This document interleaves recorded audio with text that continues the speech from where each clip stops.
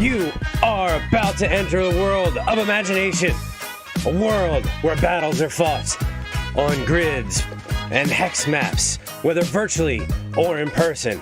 Swords clash, dice are cast, and even the hardest problems can be solved with little ingenuity and a lot of luck. From power gamers to role players, all are welcome here. Hell, even 4th edition has a seat at the table. I want you to come along with me as we enter into this polyhedral paradise. Welcome everybody to Live in Paradise, the new branded nighttime D&D show, formerly Up Late with the Dungeon Master, now not so late. We couldn't call it Up with the Dungeon Master.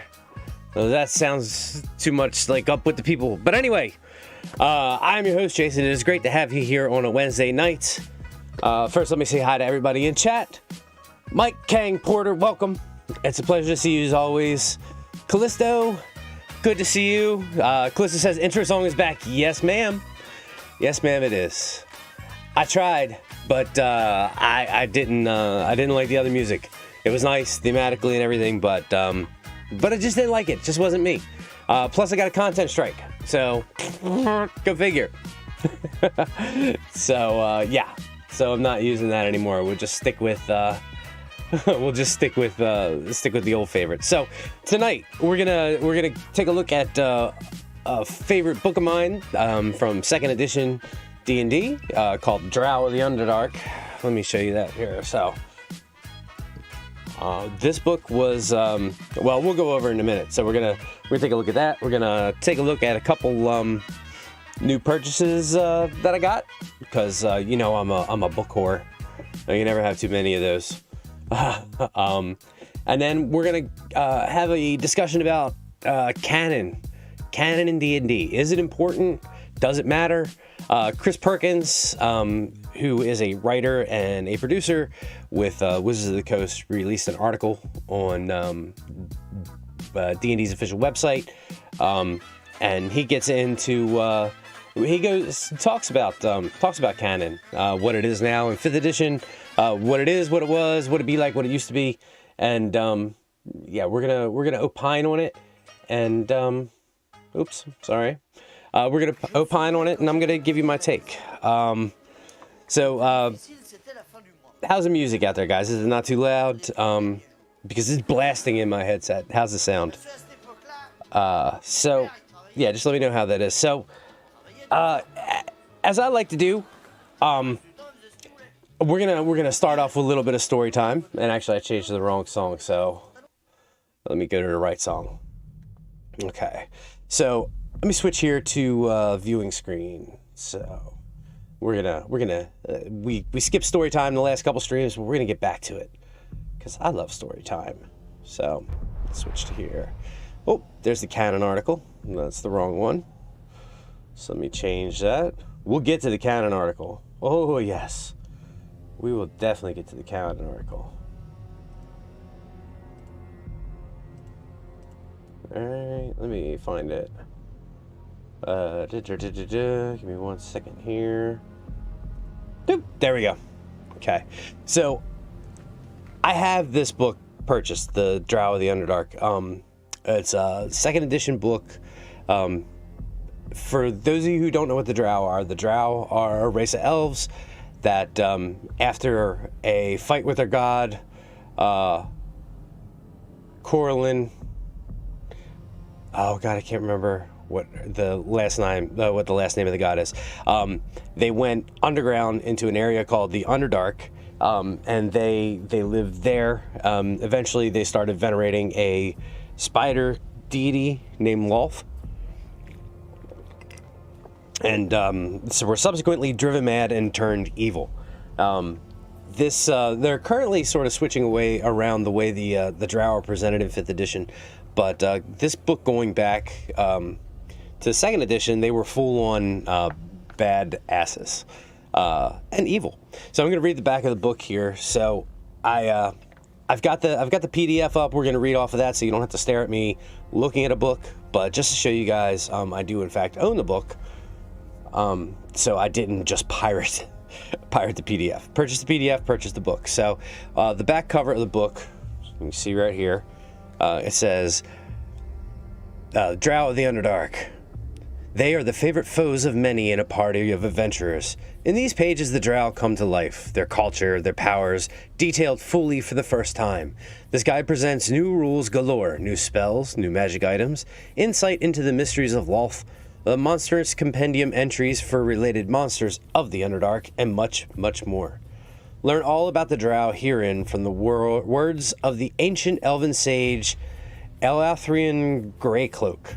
Proud, graceful, and evil, cruelty personified, talent wasted, beauty lost in the darkness.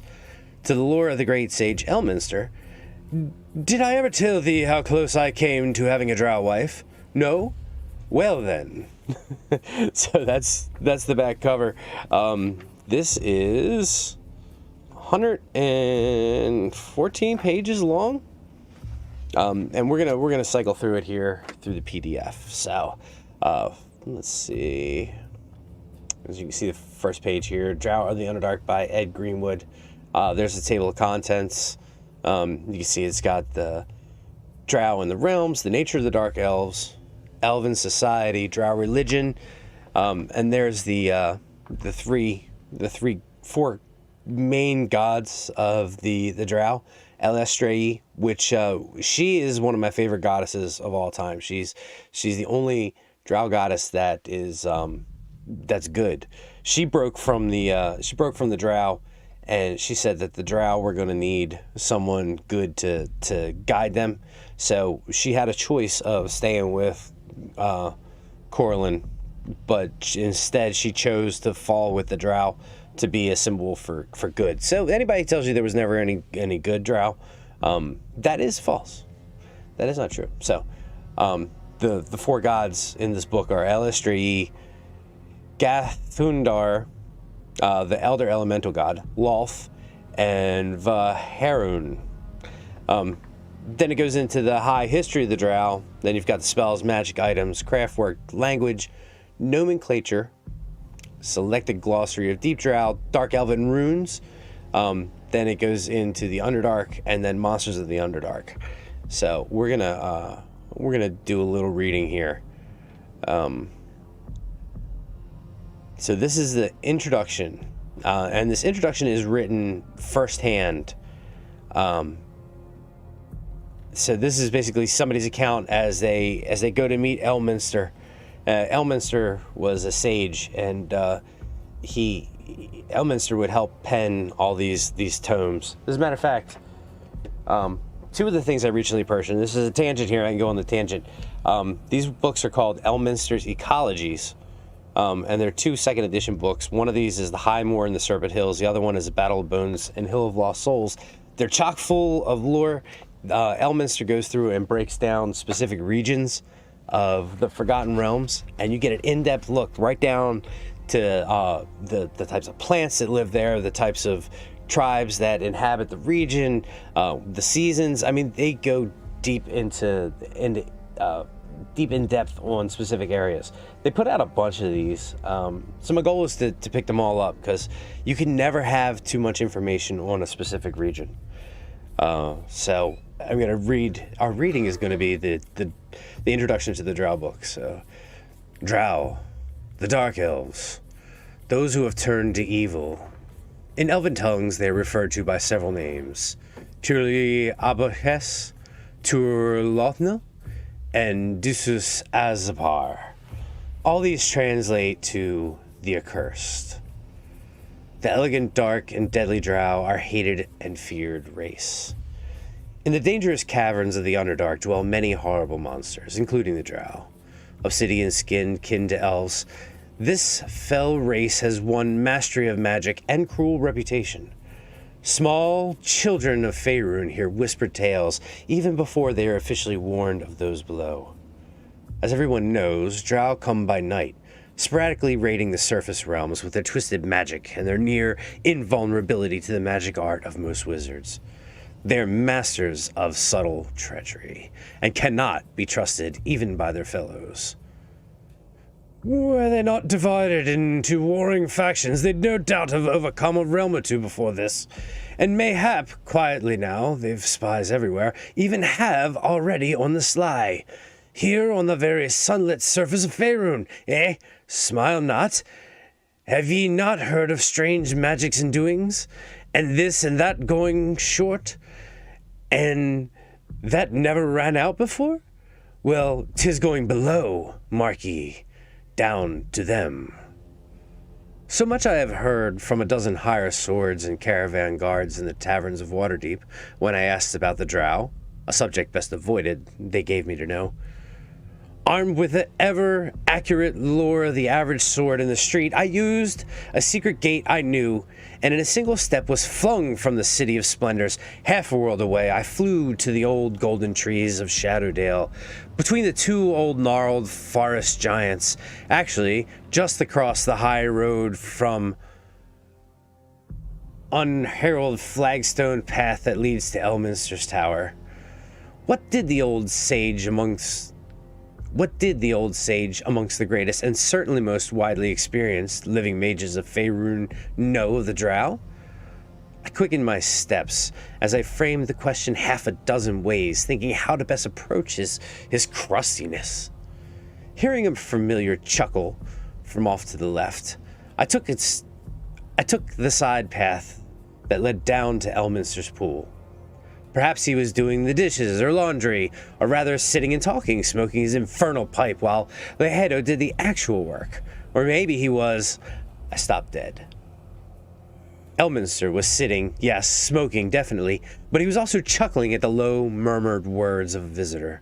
Words that ceased abruptly at my arrival. Changing to a silent hand movement, his head shift, arched brows, and a complex shifting of expressions. Elminster laid a level gaze upon me, nodded in a wait-and-be-quiet manner, and turned his attention to his guest. His hands, shoulders, and what could be seen of his face above the beard also moved in silent, high-speed gesture talk that seemed concerned with the safety of my presence and what I might reveal. I forgot to wait to hide quiet and wait for the approved, inscrutable manner. I was too busy staring.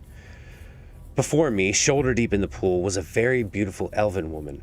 Her head and shoulders were framed by a cascade of fine snow-white hair, which pooled in the water around her in an impressive nimbus.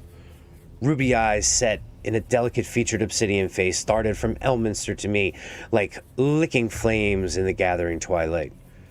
The Drow lady, I can only call her a lady, held a swirled crystal wine glass clear of the water. Green spiced Drow wine sparkled within its depths. A similar draught occupied a matching glass on the rock beside the old mage. Elminster smiled and turned to me. "Well met," he said. "May I present—" No closer, please. She's rather apprehensive, and for reasons of modesty won't come out of the water just now. My one-time apprentice, Sespernia Arkenheld." He held my eyes almost challengingly. I remembered that one knee, knelt on one knee to ladies of esteem, even when they were bathing in a pond. And I did so. Elminster smiled. Aye, she is a drow. Mistra minded not. Have you become so expert in the ways of Faerun that ye must stand as dumbfounded as a local? Ye came to ask me something? I took a deep breath and tried a smile on the angry-looking Susperna. This wasn't going to be easy. It definitely wasn't easy, but you now hold the end result. A sourcebook exploring the fascinating, awful, deadly culture of the Drow, or rather under Faerun. Elminster helped, as did Susperna, but they both warned that much here is incomplete. Adventurers may well learn more at their peril. Moreover, in other worlds where they are found, the Drow may vary in customs and details from the information given herein. As the old mage says all too often it seemed, ye have been warned. That is the foreword. Mike, take it easy. Hi, Greg. How's it going? That is the foreword to the Drow of the Underdark. Couple key things here I want to go over. Let's switch the music back to something a little more peppy, a little more snappy, a little more upbeat. There we go. So a couple key things I want to point out here. So everybody assumes that the Drow are always one way, but if you take a look at this the very last paragraph that this guy writes, says they both warn that much here is incomplete. Adventurers may well learn more at their peril. Moreover, in other worlds where they are found, the Drow may vary in customs and details from the information given herein. So, right off the bat, Spencer, how's it going? Good to see you. So right off the bat, they let you know that the Drow presented in this book are presented this way as they exist in Faerun only. So there's nothing saying that if you use Drow in another game or another setting, that they have to at all be like they're presented in this book.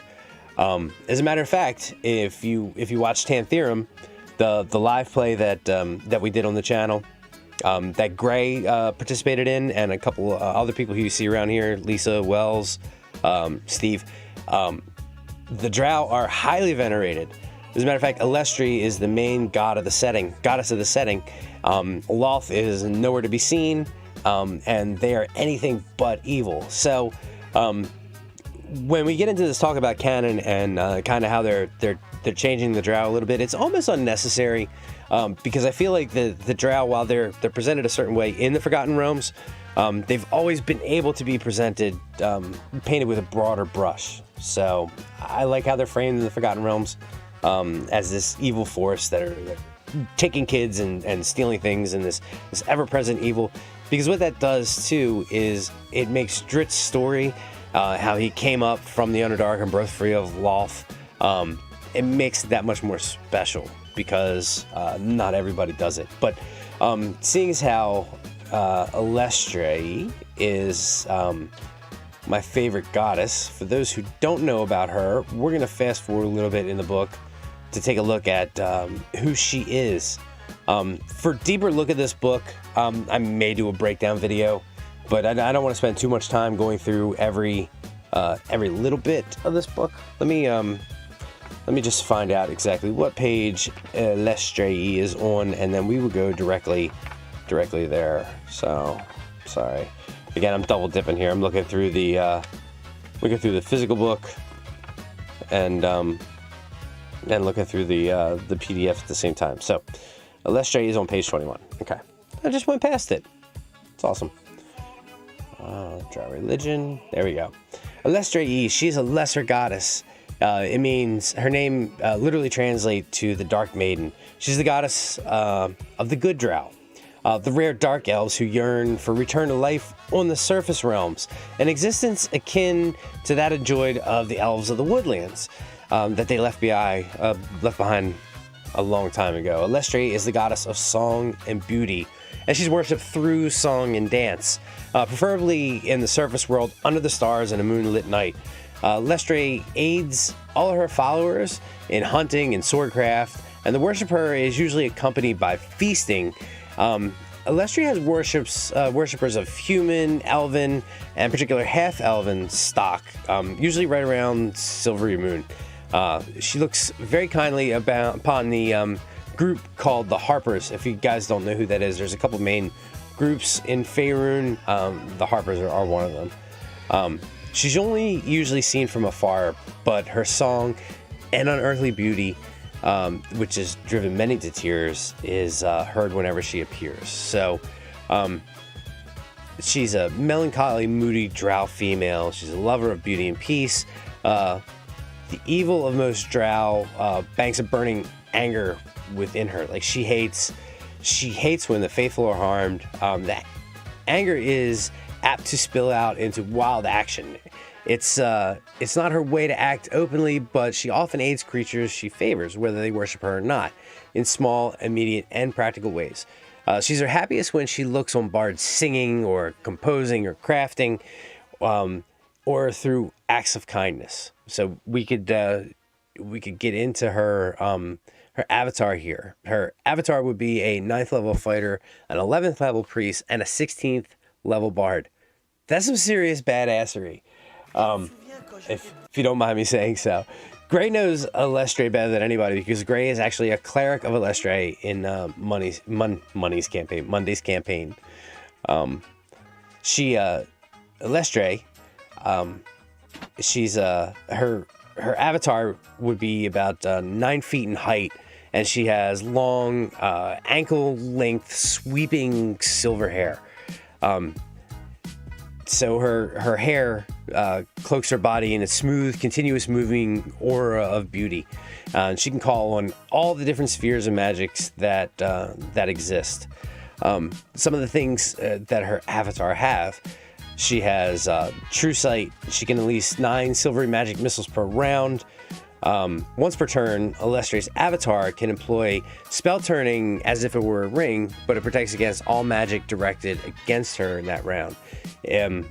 Once per turn, she can also regenerate damage done to herself, even restoring limbs lost without this thing called, it used to be a system shock roll, but they kind of done away with those. But again, we're reading from the 2nd edition rules, so there are some things that are incongruous with 5th edition.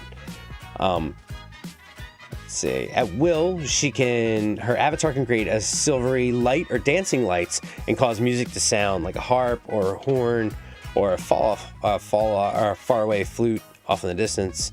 Her song can affect undead and evil creatures that are 3 hit dice or less, as if they were being repulsed with a repulsion spell. It can stun any one being for 1 round, or can act as a knock spell as if cast by an 11th level wizard. She can use any of these powers in addition to her attacks, sight, and levitation. She can only levitate herself, though, not other people. So that's one of her avatars.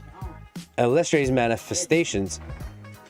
The Dark Maiden seldom takes a direct hand in the affairs of mortals, but will sometimes appear in the midst of a dance in her honor, leaping from the flames of the feast unharmed. She also appears as her radiance dim, as clad in like a plain calped cloak at the campfires of wayfarers in the woodlands by night to test her kindness. So if you can imagine, she just appears as like stranger. Yes, her music can do all sorts of things.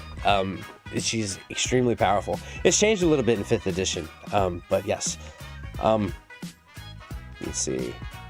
So if you can imagine, Lestre will sometimes come upon like a stranger's encampment disguised as like a commoner, and she will try to prove people's kindness, and to sit down and break bread with them and make merry, and just see how kind a person is. Makes me wonder though if they fail, like exactly what she would do to them. Most worshippers see Lestre only from afar. Let's see. She appears to show her favor or blessing and will often rally or hearten creatures by causing a high, far-off hunting horn call to be heard. On several occasions, this has frightened off brigands or orc raiders who fought to aid their quarry. Elistray's most used manifestations are a silvery radiance, sometimes accompanied by wordless song or a few echoing heart notes, as if the radiance surrounds an item. It's always a sword or another bladed weapon.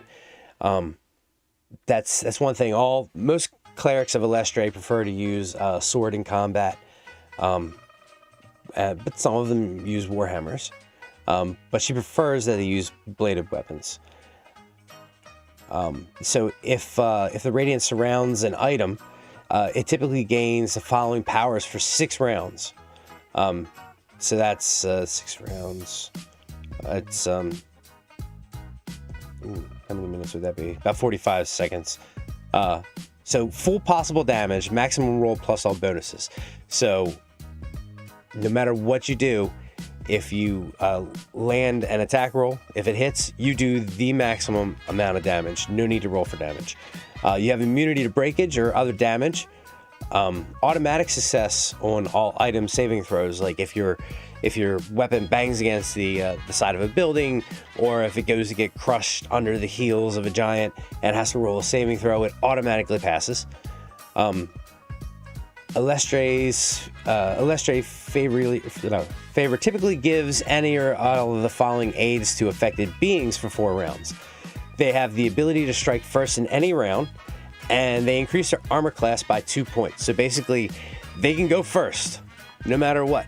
No matter what the initiative roll is, or what the initiative modifier of your opponents are, if you're blessed by a Elestray, you automatically get to go first.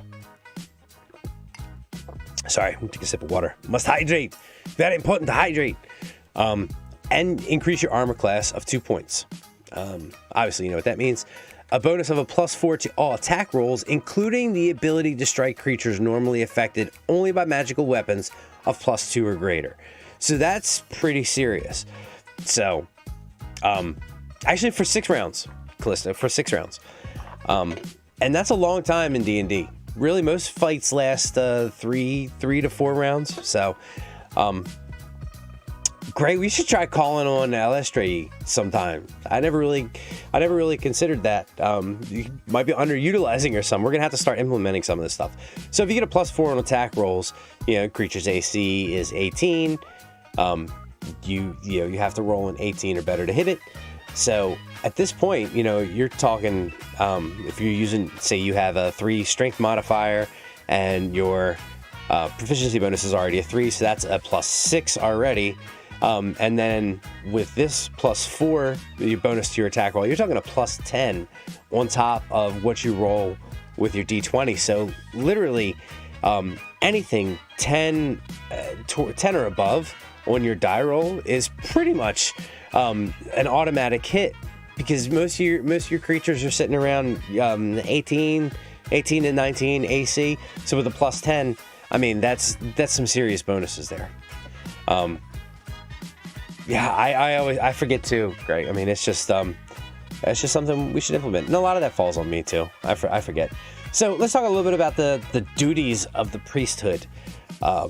All clergy of Elestray are females of any intelligent race. They must nurture beauty and music and the craft of making musical instruments and song whenever they find it. Take it easy, Gray. I'll see you later. They assist hunters in hunting and help others in acts of kindness wherever they see ways to do so.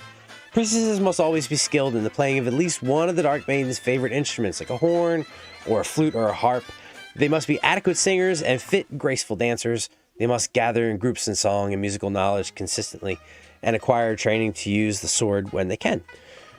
Whenever and wherever possible, the faithful of Elestray must encourage the Drow return to the surface world and work to promote harmony between the Drow and surface-dwelling races to establish the Drow as rightful, non-evil inhabitants of Faerun. Now, this is where we, again, I'm going to tie it back into our talk on canon tonight.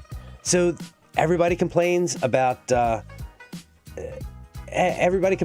Drow and how they're represented as this purely evil race. But here we have examples in 2nd edition D&D, way back in 2nd edition, that the Drow were never as as one-dimensional as they're made out to be. You know, right here in this book, you have examples of a good Drow goddess. So don't let anybody tell you the Drow were one note. So yeah. So I'm gonna. So there's just, it goes more into depth here about Elistrati, and then they give that a breakdown of her spells, and then we talk about some more Drow gods, but yeah. So that's sort of like what I wanted to touch on in this book. So I'm gonna go back to the screen real quick. Yeah, so that's, if you get a chance to take a look at this book, if you're into the Drow or into the elves, it is an extremely good resource that I still feel is relevant, regardless of what they want to do to the Drow. This book is still relevant and still a great read. So with that out of the way, let's go on to the second part of the show. We're going to take a look at what Chris Perkins had to say about canon in D&D. So we're going to go back to this screen. Okay, so let's take this off. There we go. So D&D canon. This article is on dnd.wizards.com, D&D Studio blog, D&D canon. Author Chris Perkins. Hi, I'm Chris Perkins. I'm gonna let's change the music here to something a little more, little slower. Hi, I'm Chris Perkins, one of the D&D Studio's principal game architects. You might know me from such products as, he's worked on such products as Curse of Strahd, Icewind Dale, Rime of the Frost Mating, and the new book that's going to be coming out, Wild Beyond the Witchlight. He's also subject matter expert when it comes to D&D D&D lore. In this short blog post, he will describe the studio's position on canosity. When they refer to D&D's canon, they're talking about the truths that we cling to in 5th edition or things we know to be true in some other expression of D&D. So what is considered canonical in D&D? Let's dive right in. Water. Okay, so the first paragraph is titled, Every expression of D&D has its own canon. Our studio treats D&D in much the same way that Marvel Studios treats its properties. The current edition of the D&D role-playing game has its own canon, as does every other expression of D&D. For example, what is canonical in 5th edition is not necessarily canonical in a novel, a video game, movie, comic book, or vice versa. This is true not only of lore, but as an art as well. This approach allows R.A. Salvatore to write Drizzt novels without having to worry about if this version of the Forgotten Realms matches perfectly with what we do in the role-playing game. It means that a D&D video game can take elements from a series of novels and present them in a way that serves the game's needs, rather than adhering to the sequence of events chronicled in the novels. Chronicled? Sorry. Sorry. It's a lot of talkings. Creatively, it's liberating. This approach also acknowledges that different media have unique challenges and requirements. Every edition of the role-playing game has its own canon as well. In other words, something that might have been treated as canonical in one edition is not necessarily canonical in another. For example, the succubus was classified as a devil in 4th edition, even though it had been a demon in previous editions. Put an asterisk next to that. I'm going to come back to it. It can also be said that every campaign that's ever been run in any of our published settings has its own canon. Your version of Forgotten Realms has its own canon, which doesn't make it any less valid as anyone else's version. Elminster might be a lich in your Forgotten Realms campaign. Elminster might be a minotaur, giant space hamster in mine. Both are acceptable and awesome. Key to our approach is the belief that the story belongs to the DM and your players, not us.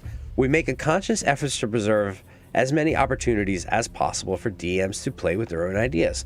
That's why we don't produce source books that spool out a ton of backstory.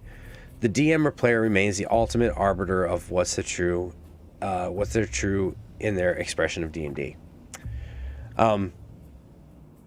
So for the most part, I'm just going to give you guys my opinion on each segment. For the most part, I understand what he's saying there, and I appreciate it. I don't think you can or should try to tie the story in. We're obviously not telling, we're not writing a book here. R.A. Salvatore is writing a book. And I understand how the books and comics and the role-playing game each should have their own set of canon.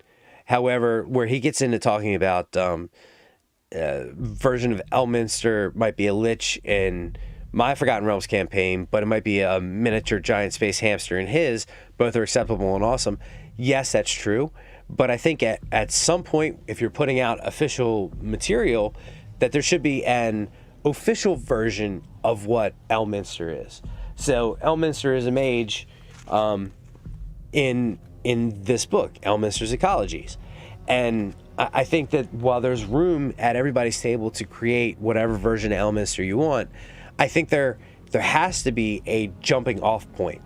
Elminster is a this in official Forgotten Realms campaign. He's a mage. He's this level. He's statted. He's to a certain point. He's done these things in his life. That should be codified. There should be an official version of Elminster. Now, what players want to do with Elminster from that point at their table, they're more than welcome to, but there should be an official version. So when he says here, the key is to approach the belief that the story belongs to the DM and the players, not us. We make a conscious effort to preserve as many opportunities as possible for DMs to play with their own ideas. That's why we don't produce source books that spool out a ton of backstory. I think that is a little missed opportunity there. I think that for the backstory or the lore to change between setting and setting and setting, that's fine. But I think it is important, especially for players who are not as experienced and not as comfortable creating their own worlds, that there is an official canon, an official history to fall back on. So DM or player remains the ultimate arbiter of what's the true in their expression of D&D. Yes, that's fine. But at some point there has to be a common thread. So he says, why not adopt the canon of earlier editions and be done with it? The most important reason why we maintain our own continuity separate from other expressions of earlier editions of D&D is to lessen the burden on DMs. It's not that we insist on creating everything ourselves. Rather, we don't want our DMs or players to feel like they must read a novel, play a video game, or buy a 3rd edition source book to enjoy our game and get the most out of our current line of products. We're judicious about introducing certain types of new lore for the same reason. DMs and players should be able to use our content without having to keep up on some meta plot that stretches across novels, comic books, and video games. I feel like he keeps bringing up the comics, novels, and video games, and they're sort of missing the point. Nobody is saying that they have to read comics, novels, and video games to get filled in on a meta plot, but I also don't think you should throw out the baby with the bathwater and totally ignore what's gone on in the game before in other editions just because you think it's going to be too much. It's really, nobody should have to go back and pick up the 3rd and 2nd edition stuff if they don't want to. That's true, but I don't think they should completely ignore it either. There's a wealth of information there that that should be accessible. And then the funny thing is they sell all those products on the DMs Guild, so you can go pick them up. There's a difference here, and I think they're confusing it. There's a difference between having canon in the Dungeons & Dragons game and then having a meta plot across comics, novels, and video games. There's two different things. So 5th edition canon begins with its core rulebooks.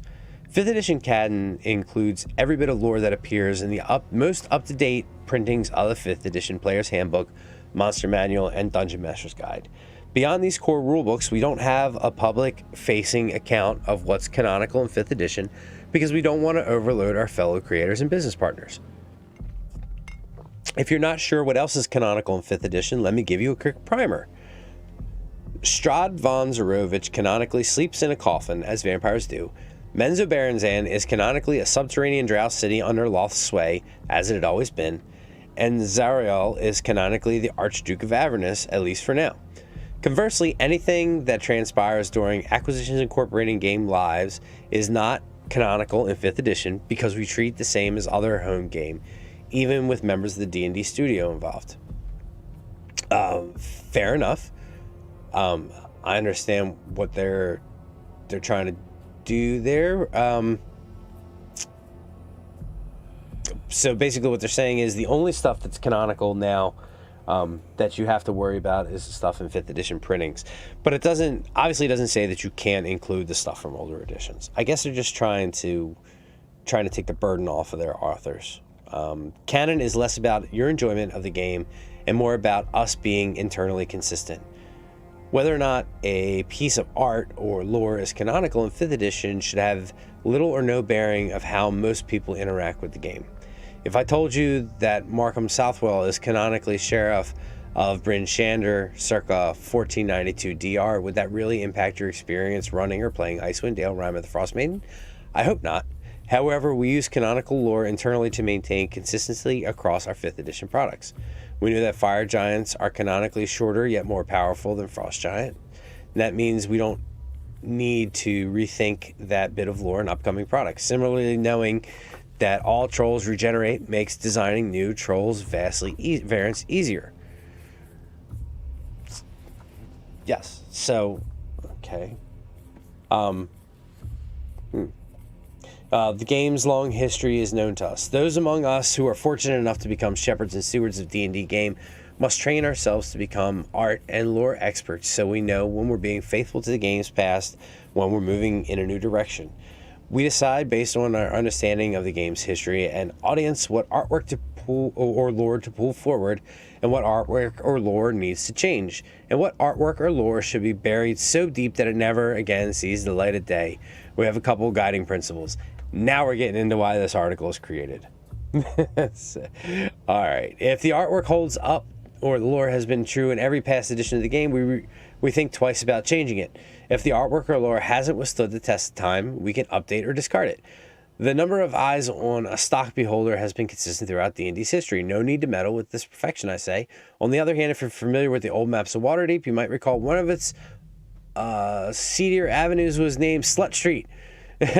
When we updated the map for Waterdeep Dragon Heist, we gave that street a new name. The old name was never good to begin with, and the name does not withstand the test of time. All right, so changing little details to fit a game or make it more modern, I don't have a problem with. In fact, I'm not exactly sure what precipitated this article. I think because they are actually, and it ties in with the book that we looked at earlier, I think they are changing the lore of the Drow. They're going in and they're changing them from the ground up. They're going to make them not an evil race. So I guess this is sort of this article is to get out front of the people who are going to be mad about that. And I'm fine with them changing things from setting to setting. 4th, 5th, having those changes when necessary are great. But I think they're making a mistake not giving us a hard and fast history of the realms, not giving us a nice jumping off point where they're sort of leaving lore loosey-goosey and they just want to keep it for themselves and internalize it. And I guess this is their way of saying we're going to be changing some of the things that you may know about D&D. You may not like it, but it's for the better. But we're not changing a lot of the things, like Strahd's going to sleep in a coffin. And so the article was not as impactful or really robust as I thought it was going to be honest. There were a lot of people who were up in arms about them changing lore, saying lore wasn't important. And to be honest, this was my first reading, and I thought there was going to be a lot more to it. I guess people get their panties in a bunch when... Panties in a bunch. Can you say that anymore? I mean, I just did. I hope nobody took offense to that. I guess people get upset when they think that something that is beloved to them is in danger of being changed. But the one thing you have to remember is they can never change lore at your table. Nobody's coming to your particular gaming table and telling you, give me that Elminster's Ecologies. That's not what Faerun looks like anymore. Nobody's going to come to your house and tell you what you can and can't use. And as long as people do that and don't do that as a company, if there's things that are problematic in a product, by all means change it.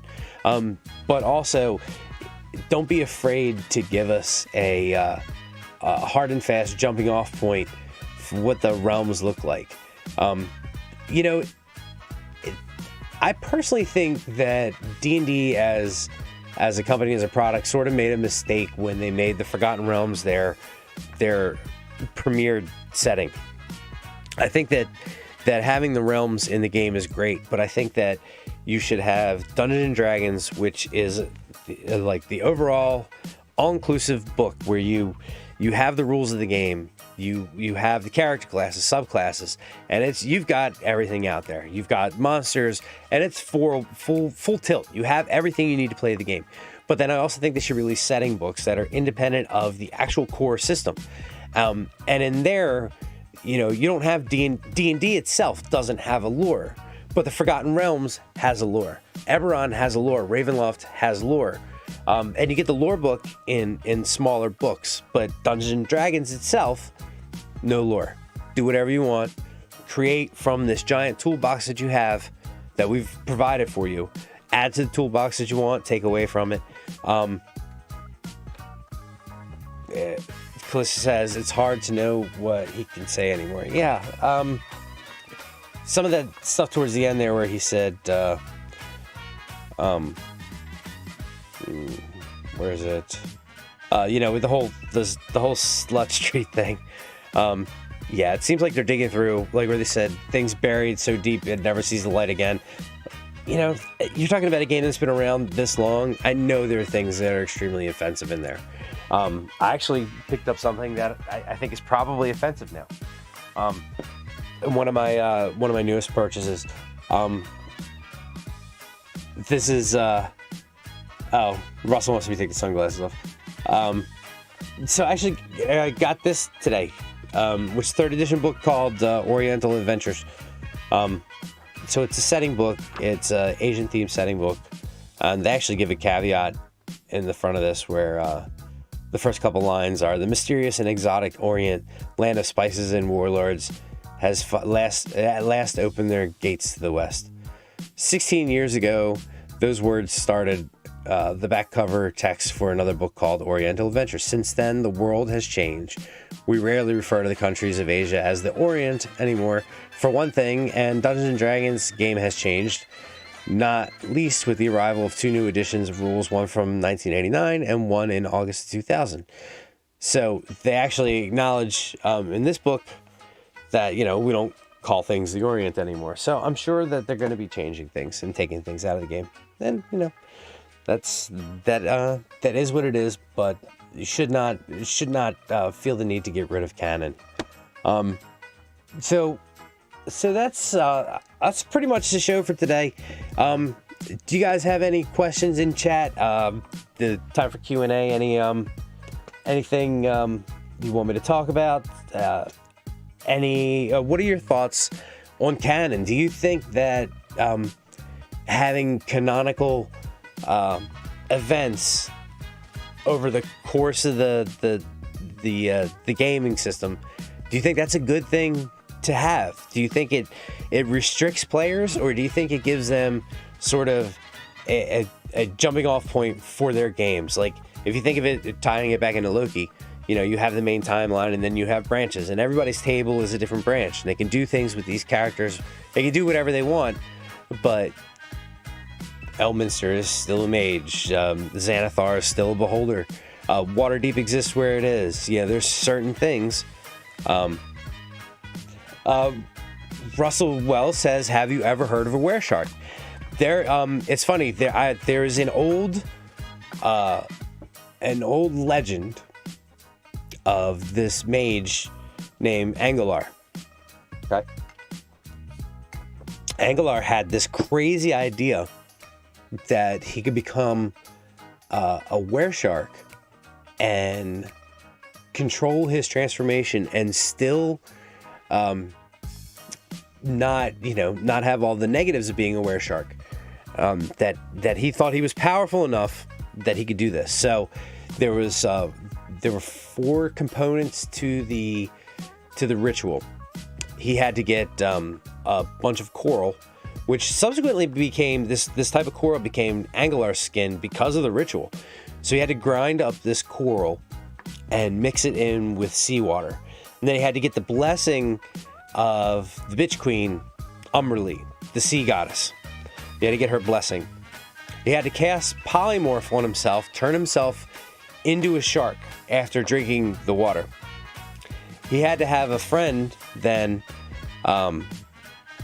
coat him in oil of slipperiness, I believe it was. And then he also had a friend cast his own version of divine free action. Russell says the blessing is optional. Blessing is optional, but you wouldn't want to know what would happen if you didn't get the blessing. So then he cast divine free action on him, and boom, wouldn't you know it, Angular actually became a or free movement spell. Yes. Gee, how do you know so much about the ritual, Russell? So Angular actually did it. He became a it was water breathing. I'm just going off the top of my head. It's a little foggy. I'm just going off the top of my head. But yeah, Angular did it. He actually became a yes, I did say polymorph first. So he actually became a wereshark that could control his movement and control his transformation and didn't lose himself in the process and become bloodthirsty. So that ritual is actually called Angular Skin. It exists in the realm. See, that's kind of what I'm talking about. Stuff like that. That's canonical. If that wasn't out there floating around somewhere in a book in an older edition or somewhere you can find it online, then people playing the game nowadays wouldn't have that little nugget from the past to pull from and add inspiration to the table. I don't think that canon chokes down players' inspiration. I think it expands it.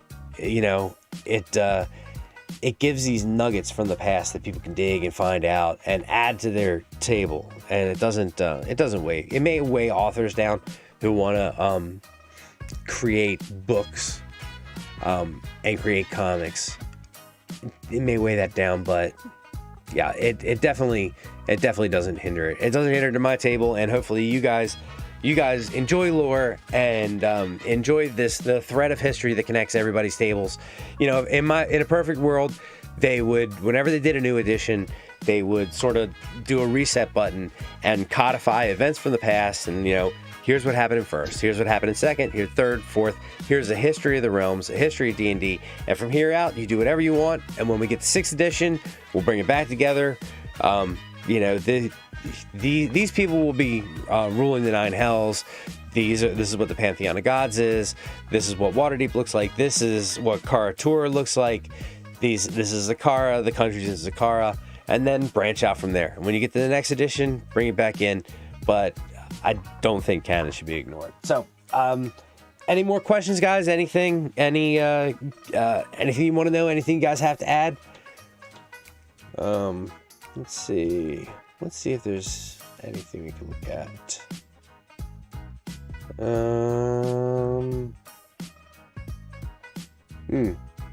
Nope. All right, guys. Well, my opinion comes from someone who doesn't play D&D but loves watching others play it. So maybe canon is more important to me for that reason.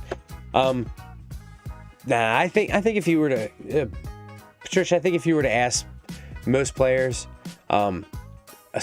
canon is important to them, especially people who really.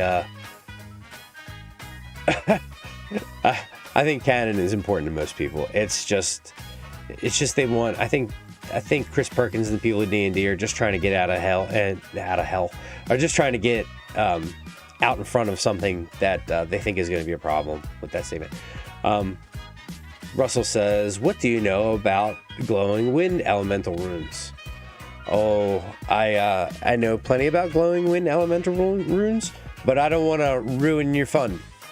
So, So I'm gonna keep my mouth shut about that. So, all right, guys, it's 9:14. We're going for about an hour. I'm gonna hop on out of here. I appreciate everybody hanging out with me tonight.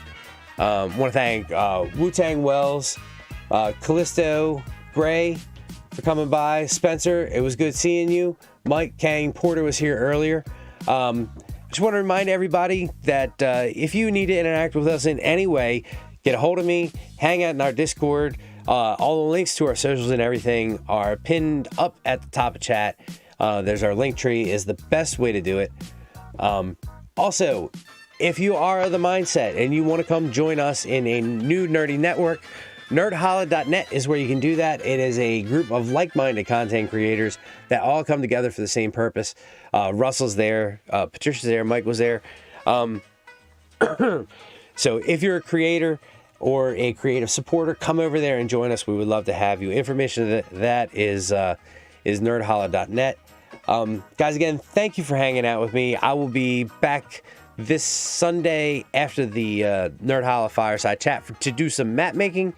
And we're going to do that stream. And I still have a couple of videos that are coming out on D&D Archaeology, where I'm going to dig through some of the things from the past and bring them forward to the present and show them to you. So it's going to be a fun little couple of videos that I've got the scripts done for. I'm also in the middle of editing the third episode of Tan Theorem, which should be out soon. So look for that. Again, thank you guys for hanging out. It's been a blast. Remember, everybody, treat each other well. And in the game of life, may you always roll with advantage. And I'll catch you guys. Actually, you'll catch me in the next video.